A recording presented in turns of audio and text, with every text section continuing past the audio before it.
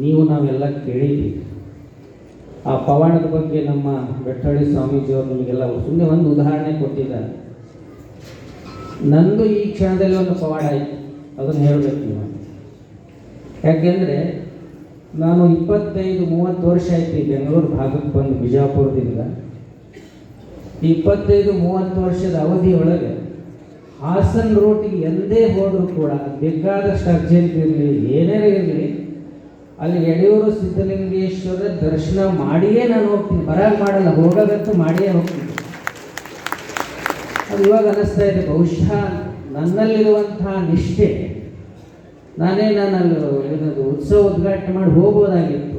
ಆದರೆ ಸಿದ್ಧಲಿಂಗೇಶ್ವರ ಪವಾಡ ಹೆಂಗೆ ಮಾಡೋದಂದ್ರೆ ನನ್ನ ಶಿಷ್ಯ ನೀನು ನನ್ನ ಮ್ಯಾಲೆ ಭಾಳ ಪ್ರೀತಿ ಐತಿ, ಅಂಥ ಪ್ರೀತಿಯನ್ನು ಇವತ್ತು ನೀನು ತೋರಿಸು ಅಂತ ಹೇಳಿ ವೇದಿಕೆಯೊಳಗೆ ನನಗೆ ಆಕಸ್ಮಿಕವಾಗಿ ಅವಕಾಶ ಸಿಕ್ಕಿತ್ತಲ್ಲ, ಇದು ಯಡಿಯೂರು ಸಿದ್ಧಲಿಂಗೇಶ್ವರ ಪವಾಡ.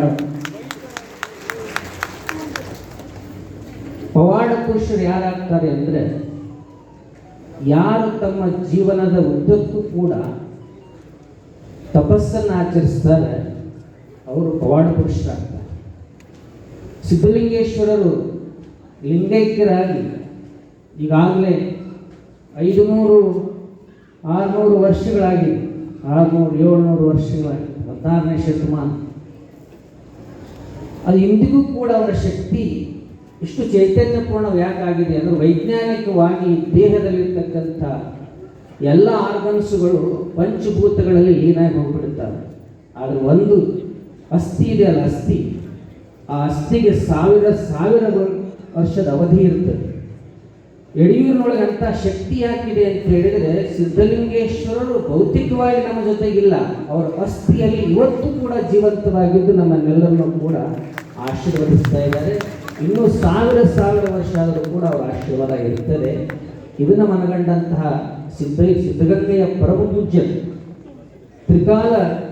ತ್ರಿಕಾಲ ಪೂಜಾನಿಷ್ಠ ಅವರು ತ್ರಿಕಾಲ ವಂದನೆಯರು. ಅವ್ರ ಬಗ್ಗೆ ಹೇಳಲಿಕ್ಕೆ ಯಾವ ಭಾಷೆಯಲ್ಲಿ ಶಬ್ದವೇ ಇಲ್ಲ. ಅನಿರ್ವಚನೀಯ ಅನ್ನುವಂಥ ಮಾತನ್ನು ಅಕ್ಕಮಹಾದೇವಿ ಉಪಯೋಗಿಸ್ತಾಳಲ್ಲ, ಸಿದ್ಧಗಂಗಾ ಮಠದ ಸ್ವಾಮೀಜಿಯವರ ವ್ಯಕ್ತಿತ್ವವನ್ನು ವಿವರಿಸಲಿಕ್ಕೆ ಅನಿರ್ವಚನೀಯ ಅಂತ ಹೇಳಿದ್ರೆ ತಪ್ಪಾಗಲಿಕ್ಕಿಲ್ಲ.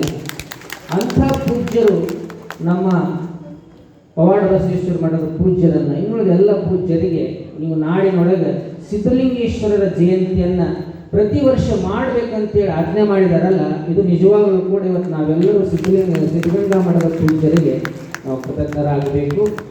ಇಂಥ ಒಂದು ವಿಶೇಷವಾದ ಕಾರ್ಯಕ್ರಮ ಈ ವರ್ಷ ಬೆಂಗಳೂರೊಳಗೆ ಪಾಲ್ನೇತ್ರವರೆಲ್ಲ ಮುಂತಾದವರ ಎಲ್ಲ ಟೀಮ್ ಅವರು ನಮ್ಮ ನೆಲಮಂಗಲ ಸ್ವಾಮೀಜಿಯವರಿಗೆ ಬರೀ ಉತ್ಸವ ಮಾಡಿಬಿಡೋದು ಬೇಡ ಸ್ವಾಮೀಜಿ, ಇದಕ್ಕೊಂದು ಹೊಸ ರೂಪ ಕೊಡೋಣ ಅಂತ ತಿಳ್ಕೊಂಡು ಹೇಳಿ ಇಂಥ ಒಂದು ದೊಡ್ಡ ಸಮಾರಂಭವನ್ನು ಆಯೋಜನೆ ಮಾಡಿ ತೋಟದ ಸಿದ್ಧಲಿಂಗೇಶ್ವರರ ಒಂದು ಪ್ರಶಸ್ತಿಯಲ್ಲ ಒಂದು ಗೌರವ, ಅಂಥ ಗೌರವವನ್ನು ಯಾರಿಗೆ ಕೊಡ್ತಾ ಇದ್ದಾರೆ ಅಂತ ಹೇಳಿದ್ರೆ ತೋಟದ ಸಿದ್ಧಲಿಂಗ ಯತಿಗಳು ಒಬ್ಬ ಸ್ವಾಮಿಗಳಾದವರು ಹೇಗಿರಬೇಕು ಅಂತೇಳಿ ಹೇಳಿದ್ರಲ್ಲ, ಆ ರೀತಿಯೊಳಗೆ 100ಕ್ಕೆ 100 ಬದುಕಿದಂತಹ ದೇಗುಲ ಮಠದ ಪೂಜಾರಿಗೆ ಕೊಡ್ತಾ ಇದ್ದಾರಲ್ಲ, ಇದೊಂದು ಇತಿಹಾಸ ಇದೆ.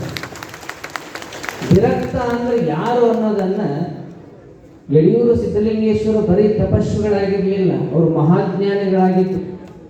ಅಲ್ಲಮ ಪ್ರಭುಗಳಲ್ಲಿರ್ತಕ್ಕಂಥ ಅಥವಾ 12ನೇ ಶತಮಾನದಲ್ಲಿರ್ತಕ್ಕಂಥ ಎಲ್ಲ ಶರಣರ ಕ್ರೀಮ್, ಎಲ್ಲ ಶರಣರ ಸಾರವಚನ ನಾವು ಯಾರಲ್ಲಿ ನೋಡ್ತೀವಿ ಅಂದರೆ ಯಡಿಯೂರು ಸಿದ್ಧಲಿಂಗೇಶ್ವರಲ್ಲಿ ನೋಡ್ತೀವಿ.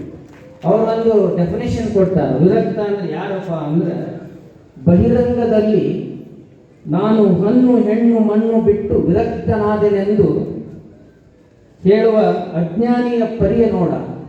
ಬಹಿರಂಗದಲ್ಲಿ ನಾನು ಹೆಣ್ಣು ಬಿಟ್ಟೆ, ಮಣ್ಣು ಬಿಟ್ಟೆ, ಹೊನ್ನು ಬಿಟ್ಟೆ, ನಾನು ವಿರಕ್ತನಾಗಿಬಿಟ್ಟೆ ಅಂತ ತಿಳ್ಕೊಂಡು ಹೇಳುವವನಿಗೆ ಅವರು ಹೇಳ್ತಾರೆ ಅಜ್ಞಾನಿ ಅಂತ ಹೇಳ್ತಾರೆ. ಇದು ವಿರಕ್ತಿಯೇ ಅಲ್ಲ.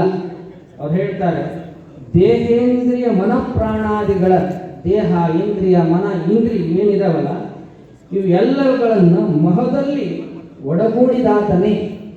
ಇಡೀ ತನು ಮನ ಎಲ್ಲವನ್ನೂ ಕೂಡ ಮಹದಲ್ಲಿ ಅಂದರೆ ಪರಮಾತ್ಮನಲ್ಲಿಯೇ ಲೀನ್ ಮಾಡಿದಾನಲ್ಲ ಯಾರು, ಅವನೇ ನಿಜವಾಗಿರ್ತಕ್ಕಂಥ ವಿರಕ್ತ. ಆತಂಗೆ ನಮೋ ನಮೋ ಎಂದೆನೋ ಕಾರಣ ಮಹಾಲಿಂಗ ಗುರು ಶಿವಸಿದ್ದೇಶ್ವರ ಪ್ರಭುವೇ. ಅಂಥ ವಿರಕ್ತನಿಗೆ ನಾನು ನಮೋ ನಮೋ ಎಂದೆ ಅಂತ ಯಡಿಯೂರು ಸಿದ್ಧಲಿಂಗೇಶ್ವರ ಹೇಳಿದ್ರಲ್ಲ, ಅಂಥ ವಿರಕ್ತನೇ ಇವತ್ತು ನಮ್ಮ ದೇಗುಲ ಮಠದ ಪೂಜ್ಯರಿದ್ದಾರೆ. ಅವರಿಗೆಲ್ಲರಿಗೂ ಕೂಡ ನಾವೆಲ್ಲ ನಮೋ ನಮೋ ಅಂತ ಹೇಳ್ಕೊಂಡು ಹೇಳಬೇಕು. ಅಂಥ ಅರ್ಥಪೂರ್ಣವಾಗಿರ್ತಕ್ಕಂಥ ಪ್ರಶಸ್ತಿಯನ್ನು ಪರಮ ಪೂಜ್ಯರಿಗೆ ಕರುಣಿಸಿದ್ದಾರೆ. ದೇಗುಲ ಮಠದ ಪೂಜ್ಯರು ಅಂತ ಹೇಳಿದರೆ ಈ ತಾಯಿ ಅಂತಿರ್ತಾರಲ್ಲ, ಮಾತೃ ವಾತ್ಸಲ್ಯ ಇರ್ತಿರ್ತಲ್ಲ, ಮಾತೃ ವಾತ್ಸಲ್ಯದ ಸಾಕಾರ ರೂಪದ ಪೂಜ್ಯರು ಯಾರಾದ್ರಿದ್ರೆ ಅವರು ನಮ್ಮ ದೇಗುಲ ಮಠದ ಪರಮ ಪೂಜ್ಯರು. ಬಹುಶಃ ಅವ್ರು ಆ ರೀತಿ ಅದಾರ ತಿಳ್ಕೊಂಡೇನೆ ಶರೀರಕ್ಕೆ ಅಷ್ಟೆಲ್ಲ ತೊಂದರೆ ಆದರೂ ಕೂಡ ಮುಖದಲ್ಲಿ ಏನು ನೋಡ್ರಿ, ಏನು ಚೈತನ್ಯ ಕಡಿಮೆನೇ ಆಗಿಲ್ಲ. ನಿಮಗೊಂದು ಸ್ವಲ್ಪ ತೆಲುಗು ಬಂತು ಅಂದ್ರೆ ನೀವು ಮುಖ ನೋಡೋಕ್ಕಾಗಂಗಿಲ್ಲ. ಒಂದು ಸ್ವಲ್ಪ ಎಲ್ಲರ ದೇಹದೊಳಗೆ ವ್ಯತ್ಯಾಸ ಆಯ್ತು ಅಂದ್ರೆ ಹೊರಗೆ ಬರೋಂಗಿಲ್ಲ.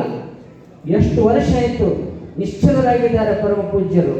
ಅವರು ನಿಜವಾದ ವಿರಕ್ತರು. ಯಾಕಂದ್ರೆ ದೇಹ ನಾನಲ್ಲ ಅಂತ ತಿಳ್ಕೊಂಡಾರ. ಅವರು ದೇಹ ನಾನು ಅಂತ ತಿಳ್ಕೊಂಡಿದ್ದು ಇವತ್ತಿವರೆಗೂ ಅವ್ರು ಇಲ್ಲಿ ಇರ್ತಾನೆ ಇರಲಿಲ್ಲ.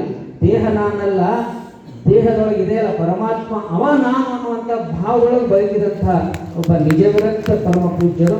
ಅಂಥವ್ರಿಗೆ ಇವತ್ತು ತೋಟದ ಸಿದ್ಧಲಿಂಗೇಶ್ವರರ ಒಂದು ಪ್ರಶಸ್ತಿ ಕೊಟ್ಟಿದ್ದು ಬಹಳ ಅರ್ಥಪೂರ್ಣ ಅನ್ನುವಂತಹ ಮಾತನ್ನು ಕೂಡ ಈ ಸಂದರ್ಭದಲ್ಲಿ ತಿಳಿಸಿ, ಇಂಥ ಒಂದು ಸಮಾರಂಭವನ್ನು ಆಯೋಜನೆ ಮಾಡಿರತಕ್ಕಂಥ ನಮ್ಮ ನೆಲಮಂಗಲದ ಪರಮ ಪೂಜ್ಯರಿಗೆ ನಾವೆಲ್ಲರೂ ಕೂಡ ಅವರಿಗೆ ಋಣಿಯಾಗಬೇಕು. ಯಾಕಂದ್ರೆ